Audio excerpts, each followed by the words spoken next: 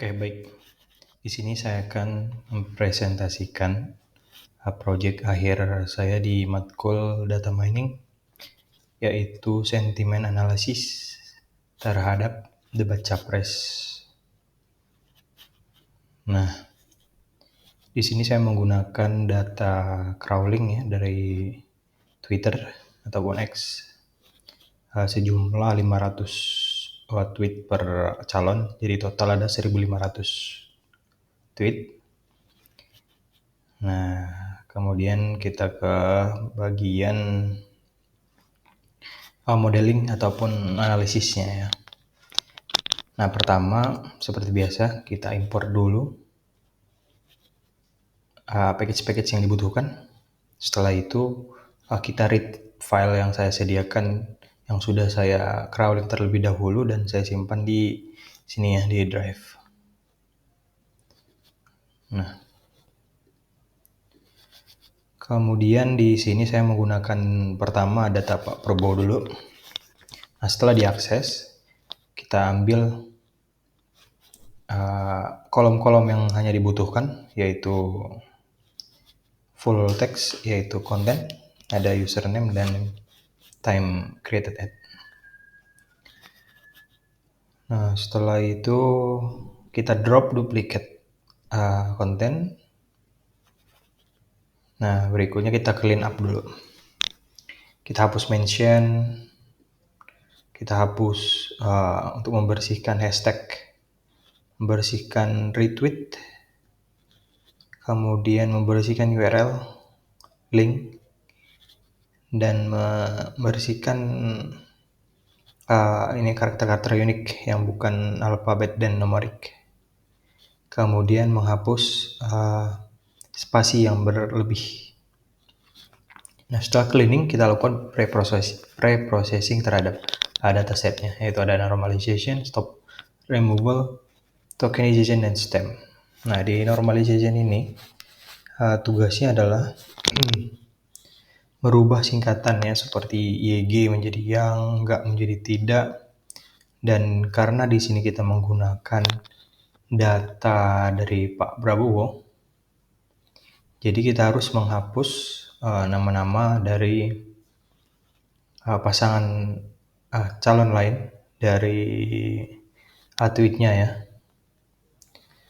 Kemudian dilakukan stop word menggunakan sastrawi. Nah, sastrawi ini adalah package bahasa Indonesia, digunakan untuk stop removal, support, menghapus imbuhan, menghapus. Nah, kemudian dilakukan tokenization dan kemudian stemming. Nah, setelah pre-processing dijalankan, data terbarunya atau data yang sudah diprocessing itu disimpan di dalam pre-processing, contohnya di sini pre-processing Prabowo. Nah, setelah itu karena package yang saya gunakan lebih powerful ya, lebih akurat jika menggunakan bahasa Inggris, maka saya terlebih dahulu harus mentranslatekannya. Di sini saya menggunakan Google Translate package. Nah, setelah ditranslate, simpan lagi ke dalam hard drive. Di sini namanya English Prabowo, contoh ya. Nah, kemudian akses lagi yang sudah ditranslate.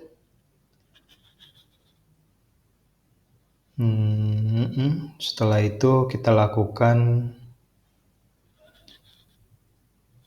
labelingnya. Kita lakukan labeling terhadap data-data atau tweet-tweet.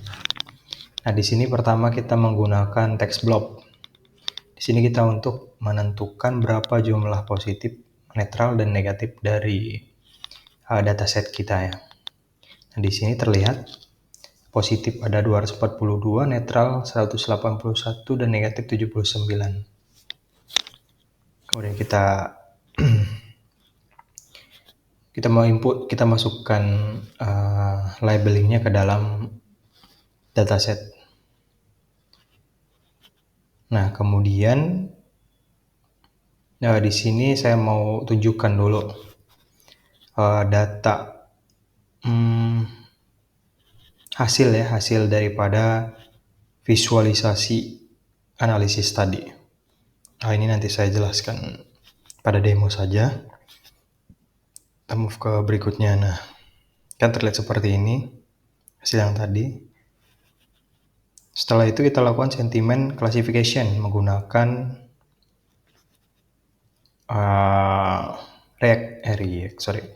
menggunakan Knife Bayes classifier. Nah, di sini kita training, kemudian kita tes ya, kita labeling, lakukan pelabelan. Nah, setelah pelabelan terlihat berubah banyak ya. Yang awalnya netral hanya sekitar 181 berubah menjadi 232. Nah, terlihat seperti ini. Setelah dilakukan analisis training menggunakan Knife Bayes, di sini juga saya menggunakan NLTK dan Transformers. Di sini juga hasilnya lumayan. Sebagai perbandingan menggunakan algoritma yang paling cocok. Kemudian berikutnya modeling. Nah, setelah kita model, jadi bisa kita gunakan di Streamlit, dan di sini saya menggunakan Streamlit sebagai framework ya. Nah, berikutnya saya akan melakukan demo terhadap project analisis sentimen debat Capres 2024. Nah, terlihat ya, seperti yang saya mention tadi, analisis ini dilakukan terhadap 3 calon presiden Indonesia. Nah, dilakukan analisis sentimen pada komentar masyarakat terhadap ketiga kandidat ini. Setelah debat Capres pertama yang dilakukan oleh KPU kemarin ya, pada tanggal 12 Desember. Dan data crawling saya lakukan tanggal 12 sampai dengan tanggal 13, hanya 1 hari. Dan proses yang tadi kita lakukan juga terhadap kandidat lainnya, Anies dan Prabowo. Nah, hasilnya akan terlihat seperti ini. Saya simpulkan seperti ini, saya summary-kan. Pertama kita lihat Anies Baswedan memiliki 42.000 mention dari Twitter. Kemudian Prabowo Subianto 45.000 mention ya. Dan Ganjar 38.000 mention. Nah, di sini terlihat bahwa Prabowo Subianto paling banyak dibincangkan ya. Nah, kemudian dari tweet tersebut muncul saya simpulkan bahwa narasi positifnya adalah sosok Anies Baswedan itu sosok yang aktif bicara soal gagasan, presentasi tanpa teks, baca pres paling sederhana. Kemudian ada narasi negatifnya, di mana dianggap memutar-mutar dan bertele-tele. Kemudian untuk Prabowo Subianto, narasi positif terlihat jujur saat menjawab pertanyaan-pertanyaan kandidat lain. Narasi negatif, emosional dan panik saat menjawab pertanyaan. Nah, untuk narasi positif Ganjar Pranowo, ada sosok paling solutif, dan tegas dalam menjawab pertanyaan-pertanyaan yang dilemparkan. Narasi negatifnya dicap blunder dan sikap politik tidak jelas. Nah, masuk kita ke konteks of discussion. Apa sih ini? Ini adalah skala intensitas sebuah kata seberapa sering muncul. Contohnya pada data Anies, paling sering muncul adalah kata Anies, kemudian jadi, ada Baswedan, ada debat, ada Pak, ada dukung, bahkan ada gempa ya. Kemudian untuk data Prabowo, kata paling sering muncul pertama itu adalah kata Prabowo, ada Demokrat, ada AHY, ada 17 program, ada Gibran ya, Prabowo Gibran.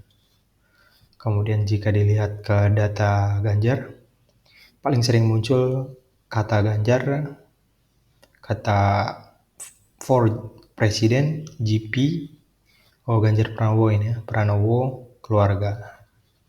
Nah, berikutnya analisis hasil daripada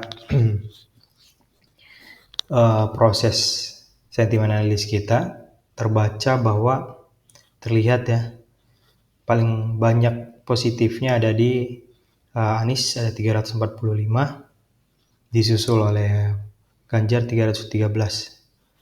Namun jika dilihat nilai negatif sentimen, paling sedikit adalah Ganjar.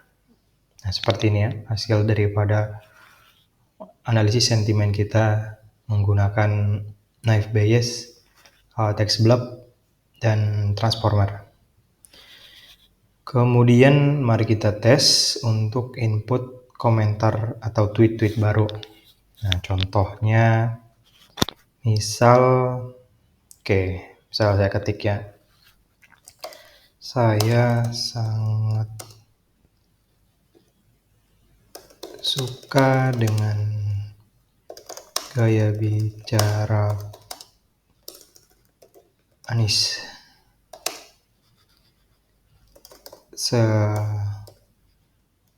Selalu berdasar, misalnya ya. Nah, maka muncul positif tweet terhadap calon nomor 1. Nah, di sini saya tambahkan untuk pendukung saja. Karena dia calon nomor 1, maka saya munculkan partai mayoritas pendukung terkuat ya daripada calon tersebut. Nah, kita coba move ke Pak Prabowo. Coba Prabowo, oh ya kita pakai bawah saja. Kita pakai ini. Prabowo Subianto terlihat jujur saat menjawab pertanyaan-pertanyaan kandidat lain. Nah, kita lihat hasilnya positif juga terhadap calon nomor 2 Gerindra ya. Nah, berikutnya dari Pak Ganjar.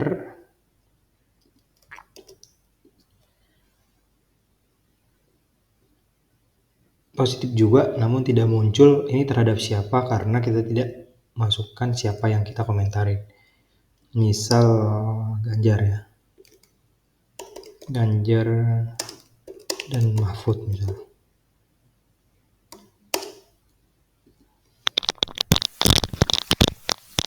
Nah, muncul ya, PDI Perjuangan. Positif tweet terhadap calon nomor 3. Nah, berikutnya kita tes narasi negatif nih. Mari kita cari langsung saja tadi saya sudah siapkan. Ini ada. Kalau kita baca sendiri, ini merupakan negatif ya. Tapi apakah produk kita mampu membacanya ya? Berhasil ya. Dia mampu membaca intent dari kalimat ini adalah negatif terhadap nomor 1 atau Anies Baswedan. Nah, kemudian kita coba yang lain.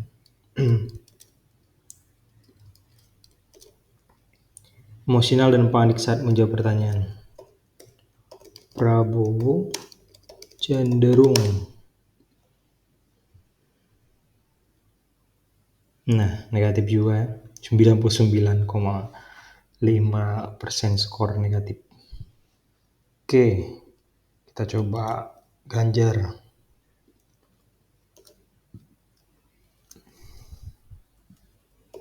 Nomor 3 misalnya. Dicap blunder, sikap politik tidak jelas. Nah, negatif tweet terhadap calon nomor 3. Skor negatifnya 99,9%. Oke, jadi seperti itu ya. Demo daripada project analisis sentimen debat Capres 2024. Sekian dan terima kasih.